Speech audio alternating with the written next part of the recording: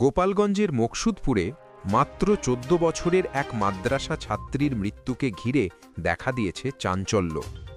পরিবারের অভিযোগ আরও ভয়াবহ। মাদ্রাসা সুপার ও এক শিক্ষিকার সহযোগিতায় ঘটেছে নির্যাতনের ঘটনা। আর এই লজ্জা, ভয় আর হুমকির মধ্যেই নিজের জীবন শেষ করেছে মেয়েটি। বুধবার সকালে বাড়ির ভেতর থেকে উদ্ধার করা হয় কিশোরী ছাত্রীর ঝুলন্ত লাশ। পুলিশ জানায়, ঘটনার খবর পেয়েই শরীর থেকে সুরথাল তৈরি করে লাশটি ময়নাতদন্তের জন্য গোপালগঞ্জ জেনারেল হাসপাতালে পাঠানো হয়েছে। গ্রামবাসী ক্ষুব্ধ হয়ে সুপারকে আটক করে গণধোলাই দেয়। পরে পুলিশ তাকে উদ্ধার করে হাসপাতালে ভর্তি করে। এই ঘটনার পর পুরো এলাকায় নেমে এসেছে শোক আর ক্ষোভের ছায়া।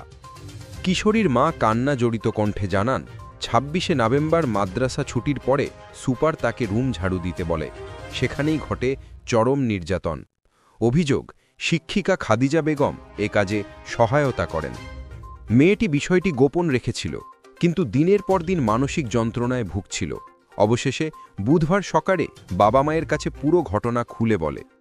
মা আরও বলেন, আমার মেয়েকে হুমকি পেয়েছিল, বলে দেওয়া হয়েছিল কাউকে বললে তার জীবন যাবে। এই ভয়, লজ্জা আর অপমানই তাকে শেষ করে দেয় দাবি পরিবারের। কিশোরীর বোনজামাই জানান, ঘটনার পর শিক্ষিকা খাদিজা আবার পরিবারকে ফোন করে বিষয়টি নিয়ে কথা বলেন। এটা জানার পর কিশোরী আরও মানসিক চাপে পড়ে। এছাড়া আরও অভিযোগ, সুপার নাকি মেয়েটিকে বিয়ের প্রস্তাব দিয়েছিল, উল্টো ভিকটিমকেই হুমকি দেওয়া হয়েছিল নীরব থাকার জন্য। মকসুদপুর থানার তদন্ত কর্মকর্তা শীতল চন্দ্রপাল জানান, মামলার প্রক্রিয়া চলছে, সুপারকে আটক করা হয়েছে এবং তিনি চিকিৎসাধীন। অভিযুক্ত শিক্ষিকাকে ধরতে অভিযান অব্যাহত রয়েছে।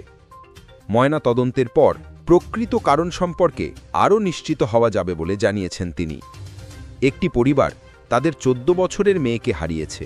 একজন মা আজ ন্যায় বিচারের জন্য আহাজারি করছেন।